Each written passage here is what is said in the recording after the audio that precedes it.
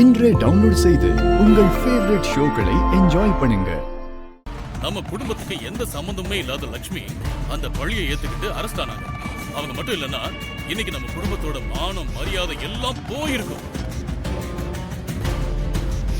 நாம் எல்லாருமே அவங்களுக்கு ரொம்ப கடமைப்பட்டிருக்கோம். நம்மள ஐயோ, என்ன பெரிய பெரிய வார்த்தையெல்லாம் சொல்றீங்க?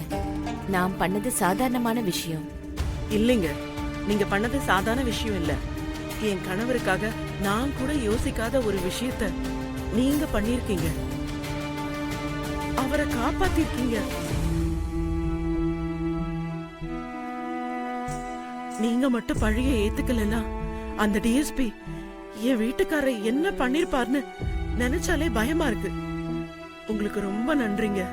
நீங்க பண்ண இவ்ளோ பெரிய உதவிக்கு நாங்க என்ன கைமாறு செய்ய போறோம்னு தெரியல. அதெல்லாம் ஒண்ணுமே இல்லைங்க. அண்ணாமலை குடும்பத்தை பத்தி நானும் கேள்விப்பட்டிருக்கேன். இந்த குடும்பத்தோட கௌரவத்தை காப்பாத்துறதுக்கு எனக்கு கிடைச்ச ஒரு பெரிய சந்தர்ப்பமா தான் நினைக்கிறேன்.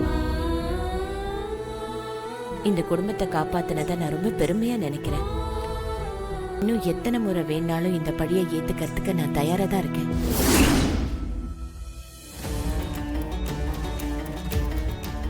நீங்க என் குடும்பத்து மேல இவ்ளோ அன்பும் மரியாதையும் வச்சிருக்கீங்க.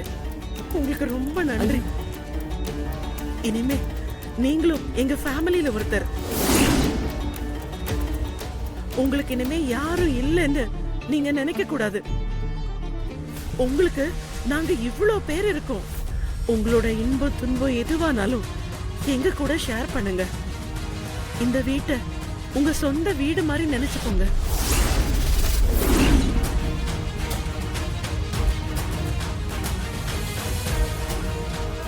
ரொம்ப நன்றி அத்தை. எனக்கு ஒரு ஐடியா. நம்ம குடும்பத்துக்காக இவ்ளோ பெரிய ஹெல்ப் பண்ணிருக்காங்க. அவங்களுக்காக நாம ஏதாவது பண்ணணும்ல. அவங்களுக்கும் சொந்தம்னு யாரும் இல்லைன்னு சொல்றாங்க. நாம இவ்ளோ பெரிய வீடு வச்சிருக்கோம்ல, பேசாம அவங்கள நம்ம கூடயே தங்க வச்சுட்டா என்ன?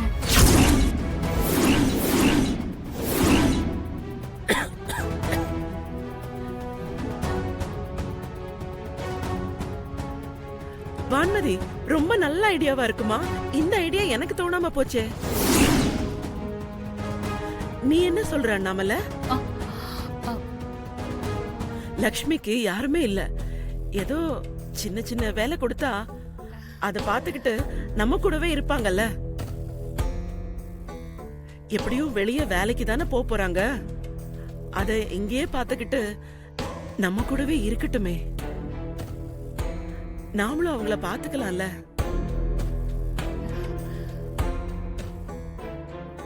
உங்களுக்கும் இந்த குடும்பத்துக்கும் ஏதோ சம்பந்தம் இருக்கும் போலயே. இவ்வளோ சீக்கிரம் இந்த குடும்பத்துக்குள்ள வந்துட்டீங்க. அத்தை, பெரியத்த சொல்றதும் கரெக்ட்னு தோணுது. அவங்க எங்கே இருக்கட்டும். ஆமாம்மா, நம்ம வீட்லயும் கடையிலயும் எவ்வளோ பேர் வேலை பார்க்குறாங்க. அதே மாதிரி இவங்களும் ஏதாவது வேலை பார்த்துட்டு இங்கேயே தங்கிக்கிட்டு